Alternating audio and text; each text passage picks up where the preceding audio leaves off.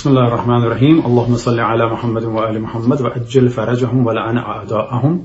خداوند تبارک و تعالیٰ کا شکر ہے کہ اس نے ہمیں اتنی عمر دی اور مہلت دی اور ساتھ ہی توفیق عطا فرمائی کہ اس ماہ رجب میں بھی کچھ اللہ سبحانہ و تعالیٰ کی عبادت کر سکیں، اور دعا ہے کہ ماہ رمضان تک اور ہمیں مہلت عطا فرمائے اور خصوصاً شبہ قدر کی عبادت کی توفیق عطا فرمائے۔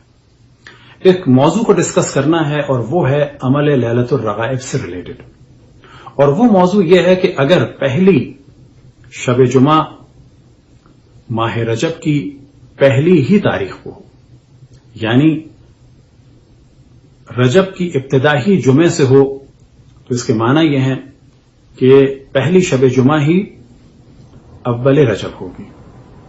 تو اگر ایسا ہو تو پھر کیا کیا جائے؟ اب یہ سوال کیوں پیش آتا ہے؟ سوال اس وجہ سے پیش آتا ہے کہ اگر پہلی ہی رات کو عمل کیا جائے تو عمل لیلۃ الرغائب کے لیے جو ایک چیز اور ضروری ہے وہ ہے اس سے پہلے جمعرات کا روزہ۔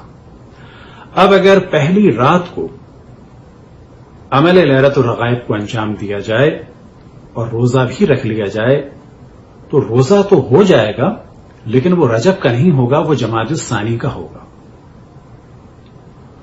تو اب ایسی صورت میں کیا کیا جائے؟ تو پہلے ہم توجہ دلاتے ہیں کہ عمل لیلۃ الرغائب ہے کیا۔ تو عمل لیلۃ الرغائب یہ ہے کہ رجب کی پہلی شب جمعہ کو ایک نماز پڑھنی ہے، لیکن اس سے پہلے جمعرات کو روزہ رکھنا ہے، اور جب مغرب کی نماز پڑھ چکیں تو 12 رکعت نماز پڑھنی ہے، 2 رکعت کر کے، یعنی کل 6 نمازیں ہوں گی 2 رکعتیں۔ ہر رکعت میں سورہ حمد کے بعد 3 دفعہ سورہ قدر اور 12 دفعہ سورہ توحید۔ جب یہ 12 رکعت مکمل ہو جائیں تو صلوات پڑھنی ہے، لیکن اس جملے کے ساتھ اللہم صلی علی محمد النبی الامی وعلی آلہ، یا اللہ تو درود و سلام بھیج رسول اللہ صلی اللہ علیہ وآلہ وسلم پر کہ جو نبی امی ہیں اور ان کی آل پر۔ اب نبی امی کے مختصر سے مفہوم کو بیان کریں کہ یہاں پر یعنی ماں کی جانب نسبت ہے، اور یہاں مراد ہے کہ آپ نبی ہیں شکم مادر ہی سے، آپ نے کسی اور سے علم حاصل نہیں کیا۔ تو 70 دفعہ پڑھنا ہے اللہم صلی علی محمد النبی الامی وعلی آلہ، پھر سجدے میں جا کے 70 دفعہ پڑھنا ہے سبوح قدوس رب الملائکۃ والروح، کہ پاک اور پاکیزہ ہے ملائکہ کا اور روح الامین کا رب اور پروردگار۔ پھر اس کے بعد سجدے سے سر اٹھا کے استغفار کرنی ہے اس جملے کے ساتھ رب اغفر، اے میرے رب مجھے معاف فرما، ورحم اور مجھ پر رحم فرما، وتجاوز عما تعلم اور تو میرے جن گناہوں کو جانتا ہے ان سے درگزر فرما، انک انت العلی الاعظم، بتحقیق تو سب سے بلند اور برتر ہے۔ اور پھر سجدے میں جا کے 70 دفعہ کہنا ہے سبوح قدوس رب الملائکۃ والروح۔ اب جو اصل موضوع ہے اس کی جانب توجہ دلائیں کہ اگر پہلا ہی دن رجب کا جمعے کا ہو تو پہلی رات لیلۃ الرغائب کی ہوگی، یعنی پہلی رات ہی کو کہا جائے گا لیلۃ الرغائب۔ تو ایسی صورت میں جو جمعرات کا روزہ ہے وہ جمادی الثانی کا ہوگا، رجب کا نہیں ہوگا۔ تو کیا کیا جائے؟ اب یہاں پر ہم حضرت آیت اللہ العظمہ امام خمینی رضوان اللہ تعالی علیہ کے استاد حضرت آیت اللہ العظمہ جناب جواد ملکی تبریزی رضوان اللہ تعالی علیہ کی یہ کتاب کہ جس کا نام ہے مراقبات، کہ جو پورے سال کے اعمال کے بارے میں ہے، اور اسے ڈیوائڈ کیا گیا ہے مہینوں کے اعتبار سے اور پھر ان میں دنوں کے اعتبار سے۔ تو ماہ رجب کے اعمال کے بارے میں آپ فرماتے ہیں چنانچہ شب اول ماہ مصادف با شب جمعہ بود سزاوار از عمل لیلۃ الرغائب را نیز انجام دہد۔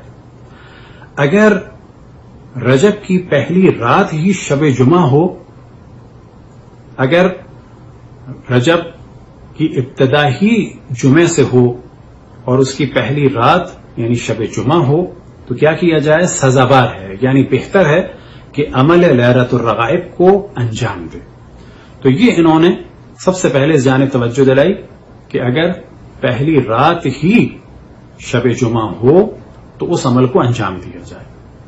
اب جو ایک سوال ذہن میں آ سکتا تھا وہ یہ تھا کہ جو روزہ جمعرات کا ہے وہ پھر رجب میں نہیں ہوا، وہ جمادی الثانی کا آخری روزہ ہے. تو اب کیا کیا جائے؟ تو پھر وہ اس سوال کے جواب میں کہ پہلے سوال کیا گیا، پھر اس کے بعد آپ جواب ارشاد فرماتے ہیں کہ جواب این است که اگر بخواهیم به ظاهر روایت عمل کنیم باید بگوییم این عمل در صورتی است که شب اول ما شب جمعه نباشد. کہ فرماتے ہیں ظاہر روایت سے یہ محسوس ہوتا ہے کہ یہ عمل اس صورت میں ہے کہ شب اول جو ہے وہ ماہ رجب کی وہ شب جمعہ نہ ہو، یعنی کوئی اور دن ہو.